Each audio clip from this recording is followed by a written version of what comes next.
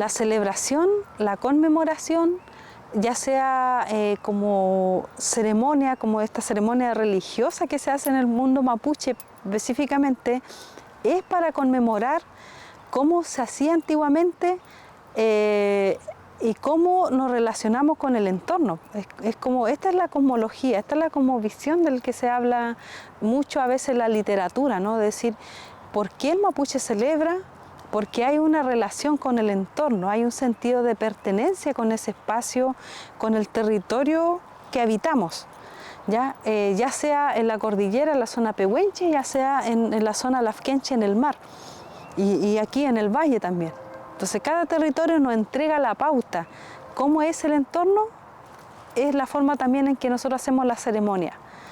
Pero sí siempre hay una cosa que nos une, es que siempre vamos a hacer nuestra rogativa orientándose hacia donde sale el sol, y la zona lafkenche, por supuesto, considerando el mar como un elemento importante para su vivencia, para su vida, su entorno y su cotidiano, ¿no? Husanchipantu, decimos en el Pillamtun, y ahí nombramos a la estrella que se llama Ngao, Huiñelfe, porque el Huechipantu tiene una conexión como muy grande con el Huenumapu, con el sol, con todo eso, con los astros. Entonces, durante esos días, la gente que tiene ese conocimiento, ese Kiman, reza por ellos.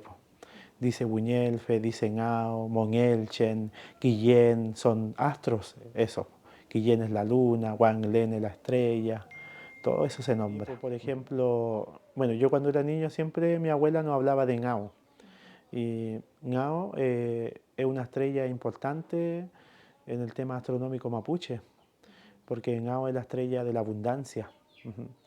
Entonces, mi abuela nos contaba que antiguamente cuando la gente madrugaba, aparecía Ngao, entonces la gente iba al río y se bañaba, entonces la gente, los hombres, las mujeres gritaban Ngao, Ngao Kusé, Ngao Fuchá, Ngao anciano, anciana. Y el sol también, pues, Anterrey Kusé, Anterrey Fuchá. Y versión femenina, masculina, Huiñelfe también, pues Huiñelfe que siempre está el lucero del amanecer.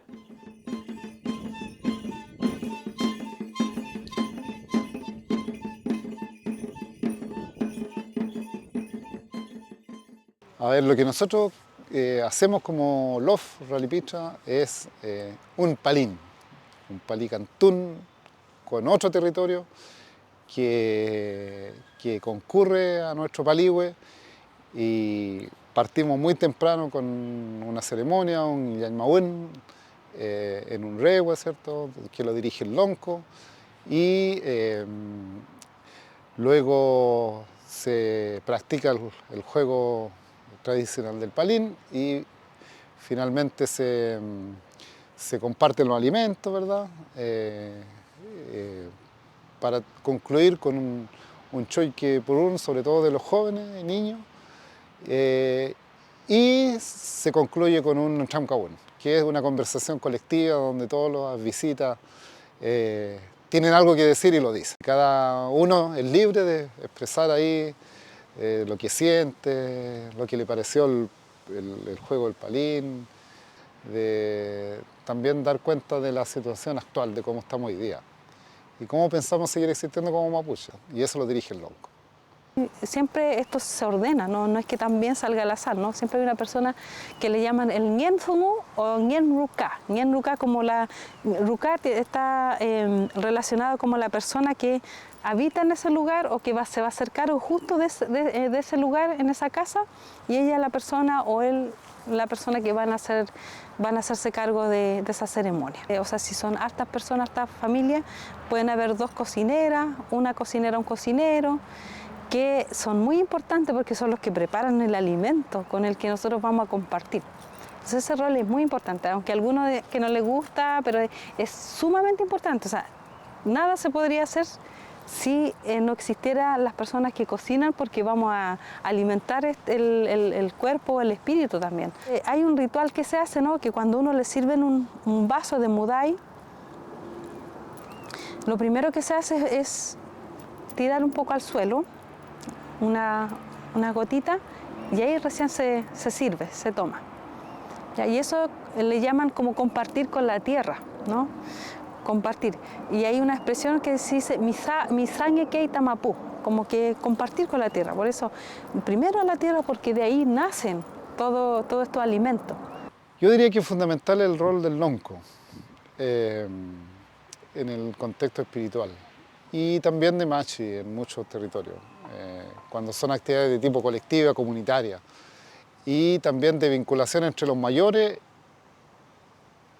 y las nuevas generaciones, entre los ancianos, los más adultos y los niños y niñas, porque permite darle continuidad, que es como el gran desafío de los mapuches hoy día, darle continuidad a sus actividades tradicionales, ceremoniales, al uso de la lengua, a la práctica del palín, al compartir los alimentos colectivamente. Todo eso se tiene que renovar también año a año, y también el vínculo con la tierra, que es lo importante.